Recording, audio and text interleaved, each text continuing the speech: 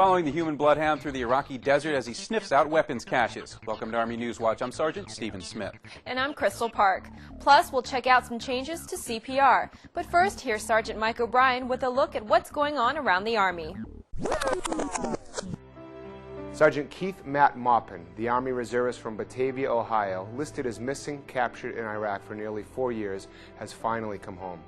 Keith and Carolyn Maupin, Sergeant Maupin's parents, were told March 30th that their son's remains have been recovered, shipped to the United States, and identified by DNA tests. Sergeant Maupin was a 20-year-old PFC when he was captured April 9th, 2004, after his fuel convoy, part of the 724th Transportation Company, was ambushed west of Baghdad.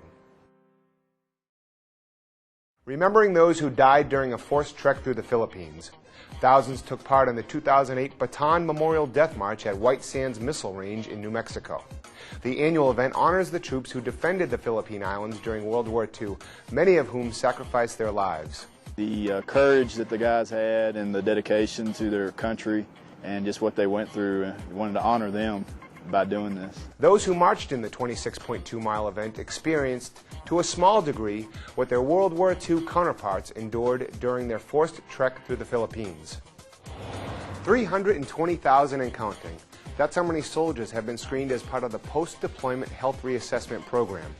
PDHRA, which began 3 years ago, involves a 3-part health screening that's available to soldiers returning from a combat zone. The program is an important part of the soldier reintegration process. Talking to a lot of friends, they really didn't start experiencing anything until they were home for about 30 days.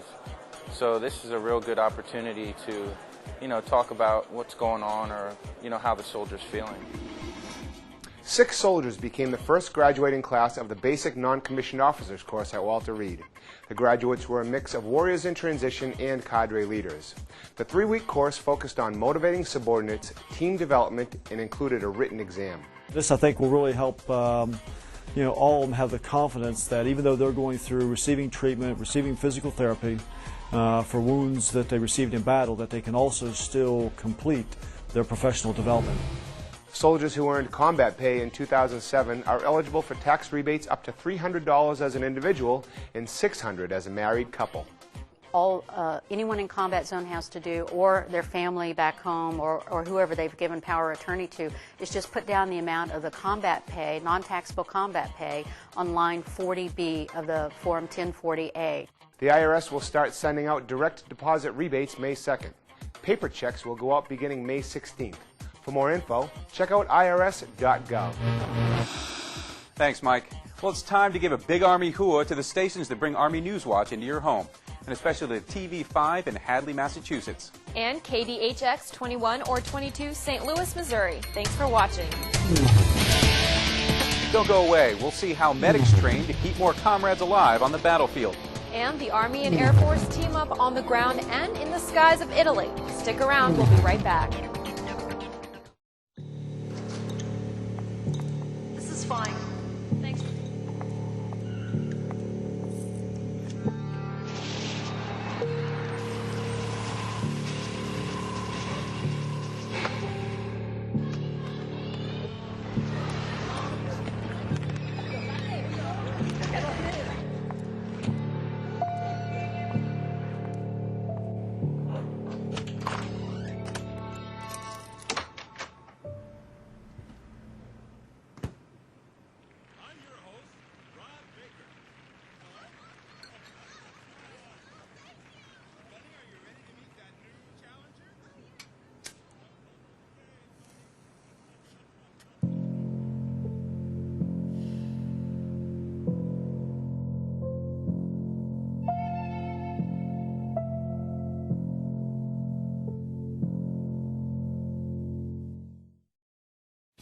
There's something about you, baby. I got you looking at me, I'm gonna call you bluff. There's something about you, girl. The smallest moments can have the biggest impact on a child's life. It takes a man to be a dad.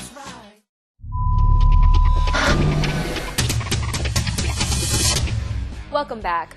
Iraqi families who live in the Al Jazeera Desert in western Iraq face many challenges. In the village of Sukaria, only a few families remain. The sheep herders in the area face a severe drought and insurgent attempts to move into their villages. Soldiers of the 101st Airborne Division drop off water and stay to chat about the situation. The village was home to insurgents until recently, when they were pushed out. Reach out here, talk to them, see what's going on, until we can start getting information about where these guys went to. Soldiers visit the sparsely populated area once in a while to provide residents with drinking water and to make sure the insurgents stay away. That's right, Crystal. The insurgency is definitely trying to take advantage of the landscape in that area. Iraq's western desert is the perfect place to hide weapons with miles and miles of nothing but sand. But as Air Force Sergeant Lee Bellinger explains, they obviously weren't expecting the human bloodhound. Meet the human bloodhound, Sergeant First Class Jonathan Reffer. He and the other soldiers of 3rd Platoon Outlaws have a nose for hidden weapons, and that's exactly what they're looking for today. Basically, we're out here in the dunes. We're going to start looking for some caches. Doc Lee's going to use the PIS 11 with the metal detector. We have used it numerous times. It's been effective. Forget a needle in a haystack. Try a needle in a giant sandbox.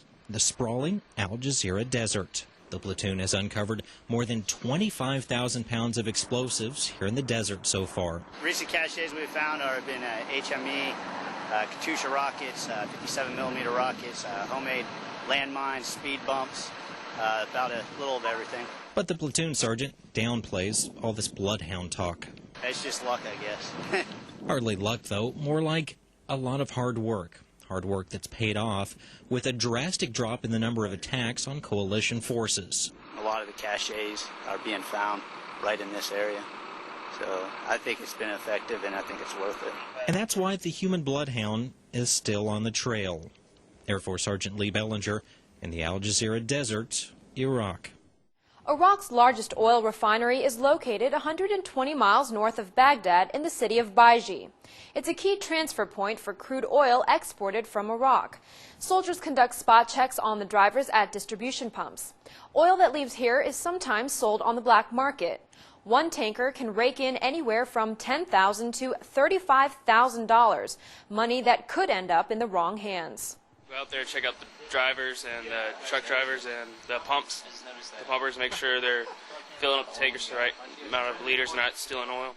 The soldiers' fight against corruption here is part of the larger battle to stabilize Iraq. That's right, Crystal. In order to help out with that larger battle, the United States is equipping Iraqi security forces with Humvees. These Humvees, once the workhorse for U.S. troops, go through the assembly line at the National Depot at Camp Taji. Iraqis work on about 20 Humvees a day, upgrading and inspecting them to make sure they're ready for combat. The transfer project has had a social and economic impact, with more than 300 Sunni, Shiites, and Iraqi Kurds working side by side to fix up the vehicles. We have 90% of our workforce is local citizens from Iraq, and these guys have learned trades by working on other contracts. We have brought them on because they have proven themselves to be good in mechanical work as far as Humvees. In all, the U.S. will transfer nearly 8,500 up-armored Humvees to Iraqi security forces by the end of next year. Reaching out to the local leaders and residents in both Iraq and Afghanistan is another key component to the reconstruction and stabilization efforts. Gail McCabe reports from Fort Bragg, where Afghanistan is the focus. My name is Robert Papalo. Captain Rob Popolo wants to be perfect. An Army reservist from Boston, Popolo is taking part in a shura, an Islamic term for a council meeting with local leaders. Popolo has already served in Iraq, but this scenario is set in Afghanistan, a land destined to become his focus for the next 12 months. I feel all right. I know I got a lot to learn. The Shura is one of several intense learning events executed by 1st Army Division East and conducted at Fort Bragg, the training site for personnel assigned to a PRT, a provincial reconstruction team. I think they find it challenging. I think they learn from it. I think they're receptive to it. PRTs are small, tight-knit civil-military organizations that are key components in U.S. strategy in Afghanistan and Iraq. Designed as multi-agency representations, the focus is on aiding in the development of stability and security on local levels. Afghanistan has 25 PRTs in place. It's really the understanding how to integrate defense and security into one effort, one team. And what everyone on the team gets is a concentrated dose of stress and test. If we make the training 10 times tougher than anything they'll see over there, they're far better off. It's 60 days of immersion in all things Afghan. It's training in basic combat skills tailored with multiple aspects of safety, security, and local customs. For soldiers like 28-year-old Papalo, it's a chance to practice and get a little closer to perfect. Gil McCabe, Fort Bragg. From training on the ground to high in the sky, the Army and Air Force team up to prepare for future missions in Iraq and Afghanistan. Senior Airman Sarah Milfeld reports from Aviano. On course. Whether it's out of a C-130 or UH-60 helicopter, drop zone safety officers ensure the safety of all people in the area. I'm talking to the jump master. Jump master, this is DZSO. I'm telling the jump master actually when to tap out that first jumper. Jump master, this is DZSO. Execute, execute, execute. After he taps each troop out, he listens. This is DZSO. I observe one jumper clearing away. There's definitely an adrenaline rush. Once you exit and the canopy opens up, there's a calm, and then everything's all fine, and then you got a great view of the drop zone and the area around you. It's just a nice ride down. Gargoyle 01, this is DZSO. All jumpers on the ground. The safety officer ensures all jumpers reach the ground without injury. We have near collision right over here. Let's keep an eye on this. He hurt? Any jump you can walk away from is a good jump. A jump with purpose for possible future joint operations. You want to strive to train like you fight and fight like you train. Anyone who's been in a downrange environment will tell you that a lot of times when it hits the fan, you'll revert to your training. It's muscle memory. At the end of the day, operations like this refresh the skills of troops and fosters a stronger team prepared for the fight in the global war on terror. Senior Airman Sarah Milfeld, Aviano, Italy. Still to come, the Corps of Engineers construction transformation is good for the Army's pocketbook and more. While the dropping dollar is forcing soldiers to nickel and dime it in Europe. Don't go away, more of the stories that make America's Army are up next.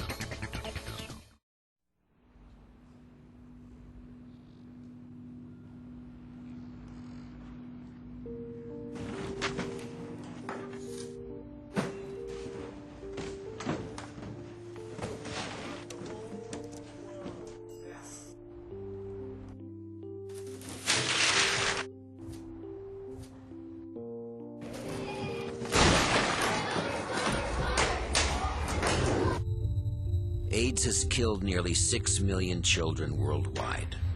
That's more than every child in every preschool, grade school, and high school in New York, Chicago, Los Angeles, Washington, Atlanta, and Miami combined.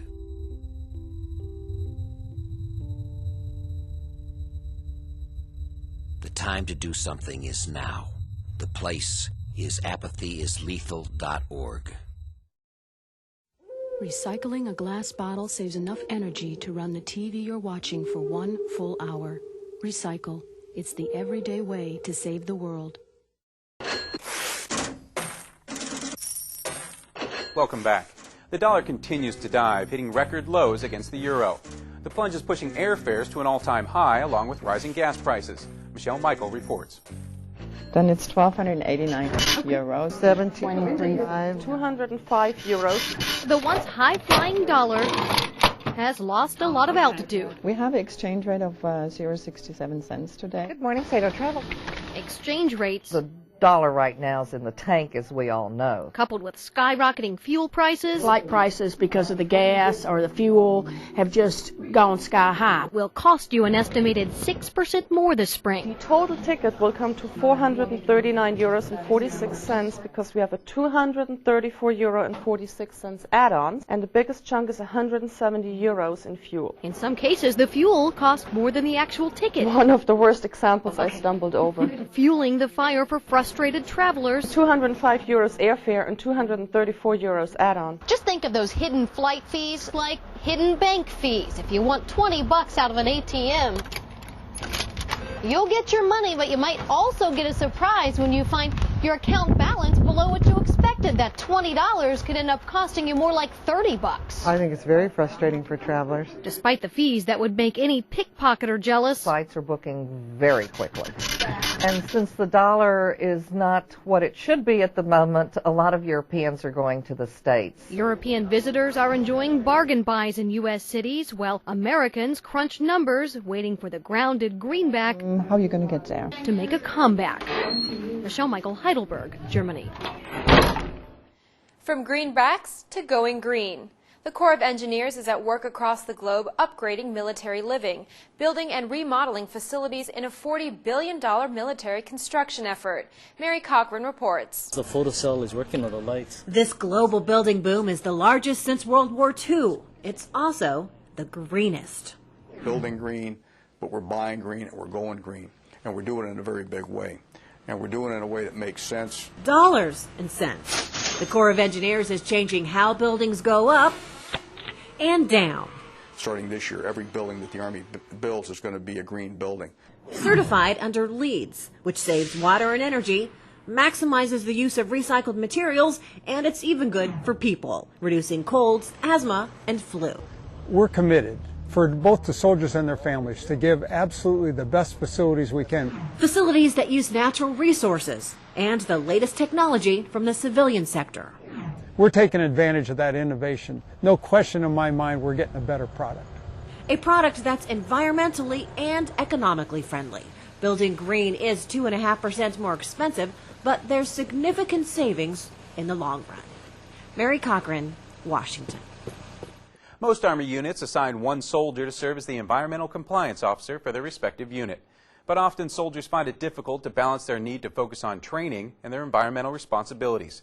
James Williams reports on how Fort Polk has solved that problem.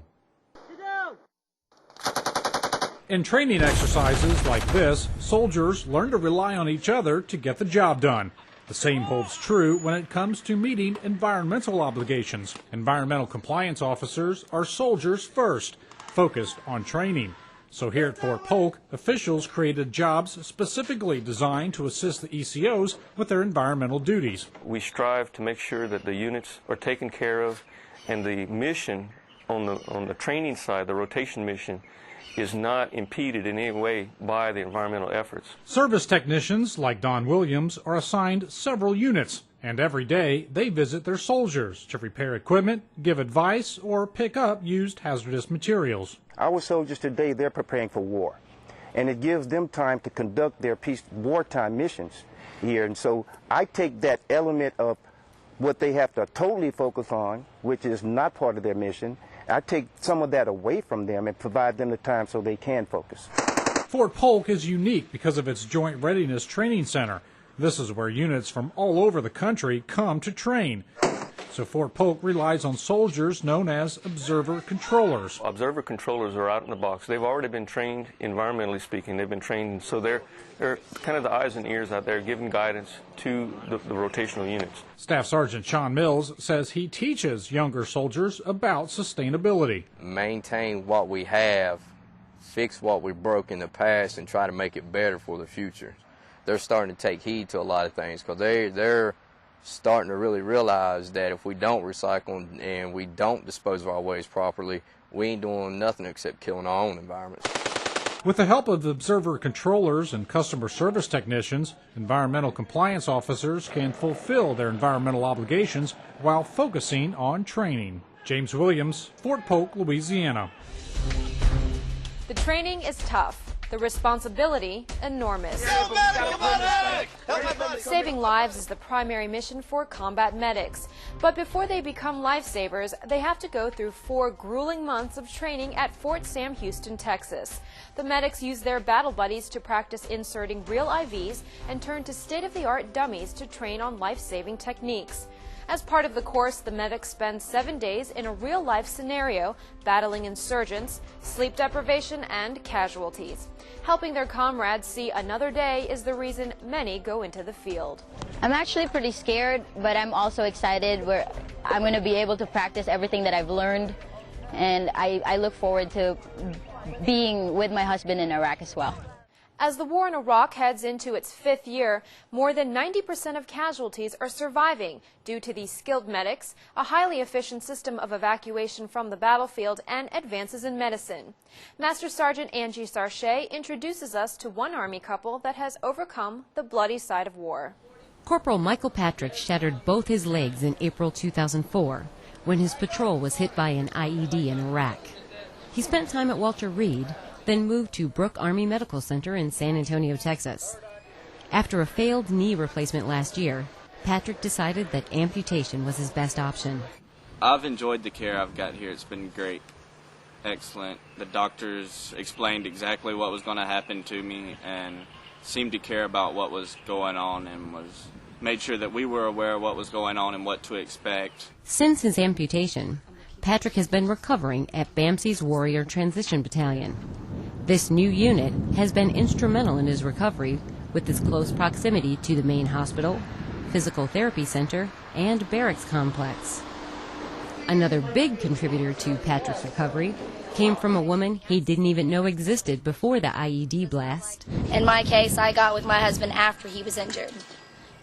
And I still stuck it out. I was still there for him. Still there for him, not going anywhere. When Corporal Patrick isn't spending time at the hospital or physical therapy, he's at the archery range. He's part of the Army's Paralympics archery team and hopes to make it to the 2012 Olympics. We have a lot of fun, and we get to take a lot of trips to different states and different countries for the shoots. So we get to meet a lot of people, a lot of the people that were from Vietnam that were injured that are on it also. Master Sergeant Angie Sarche, San Antonio, Texas. Cardiopulmonary resuscitation, or CPR, is the life-saving method that keeps patients alive until advanced medical care is available. The American Heart Association recently announced another new change in the way CPR is delivered. Our medical editor, Dr. Paul Little, joins us now with the story. Sir? Steve, I got a great way to remember CPR. Okay. Number 1, call 911. Call 911. Number 2, find the center of the chest, push hard, push fast. That's it? That's it. The important thing to remember here, Steve, is the announcement is not a change in the way we do conventional CPR. If you're certified, it's still 30 compressions, 2 breaths for 1 rescuer. But now anybody, whether or not you've had CPR, can start chest compressions and save lives. Every year, 300,000 people die from sudden cardiac arrest outside the hospital. Many of those because no one at the scene does anything to help. And getting help is critical.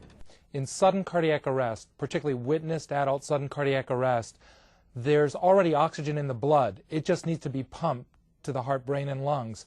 So near continuous chest compressions, like you can deliver with hands-only CPR, pushing hard and fast in the center of the chest, makes a real difference. 28, 29, 30. The American Heart Association says bystander CPR at the scene can triple the survival rate, but only 30% of patients get help. So why are people so reluctant? The reason may be the distress from severe trauma at the scene, the worry of causing more harm to the victim, and the concern of getting an infection from contact with the patient. So to save more lives, the AHA says anyone who sees somebody collapse should call 911 first. Then push hard and fast in the middle of the chest and keep going about 100 times a minute until help arrives. Studies show chest compressions alone are just as effective as conventional CPR when it comes to survival. That's because there's usually plenty of oxygen left in the victim's blood, and it's more important to keep that blood circulating than to stop and try to do mouth-to-mouth breathing. Now, if you'd like to learn more, the website is AmericanHeart.org. We're going to do a short demonstration to show you how this works. I've got Specialist Earl Scott and Sergeant Ray Flores here. Specialist Scott, first thing you do is call 911. Call 911. Okay. And he's going to find the center of the chest, and he's going to start chest compressions, push hard, push fast. 1, 2, 3, 4, 5, 6. Okay. And he's going to do that about 100 times a minute until help arrives. And that's it. That's hands-only CPR. Coming up, the country's second Sergeant Major of the Army is laid to rest. We'll be right back after this break.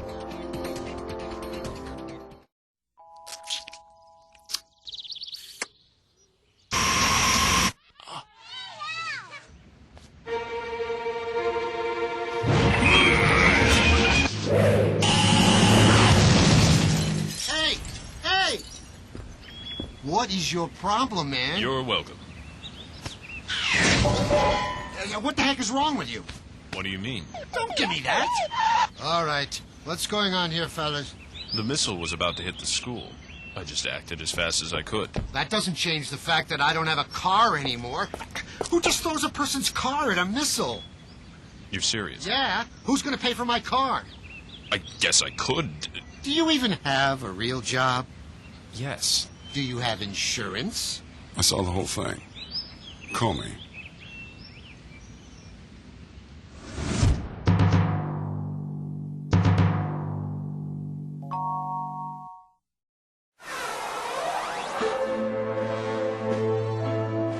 Welcome back. Arlington National Cemetery is the resting place for America's heroes. It was also the setting for a final tribute to the nation's second Sergeant Major of the Army. Dave Anarino is there for the ceremony. With a hint of spring in the trees, the cadence of a drum, and the subtle footsteps of NCOs brought one of their own home to Arlington. George Wilbur Dunaway, born 24 July 1922, known for his patriotism and contributions to his country, now draped in his nation's colors. Current Sergeant Major of the Army Kenneth Preston was a personal friend. Today it's an opportunity for us to pay tribute to a great soldier, a great leader, a friend of the Army who has been a great coach, teacher, and mentor for all of us. And the thing about Sergeant Major Army Dunaway is that he served at a very critical time in our nation when we were an army at war supporting a nation at war. During his tenure, Dunaway secured approval for hospital commanders to promote deserving soldiers wounded in Vietnam. He improved the uniform policy and is most known for approving the non-commissioned officer three-tiered education system. This was back in a time when family readiness groups didn't exist, but yet they took it on their own to bring families within the organization into the fold, particularly for a lot of young soldiers who were deployed away from home. And Dunaway's wife, by his side, holding her husband's flag, a symbol of their service. I sat last night and spoke with Mrs. Dunaway, Mary Peck. She's a great Army wife, and when you look back at all the things that George Dunaway and her did for soldiers and families throughout their career, it was really incredible.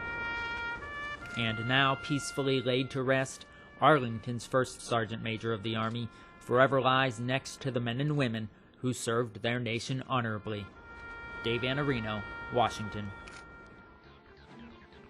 That does it for this edition of Army Newswatch. Join us again next time for the stories that make America's Army.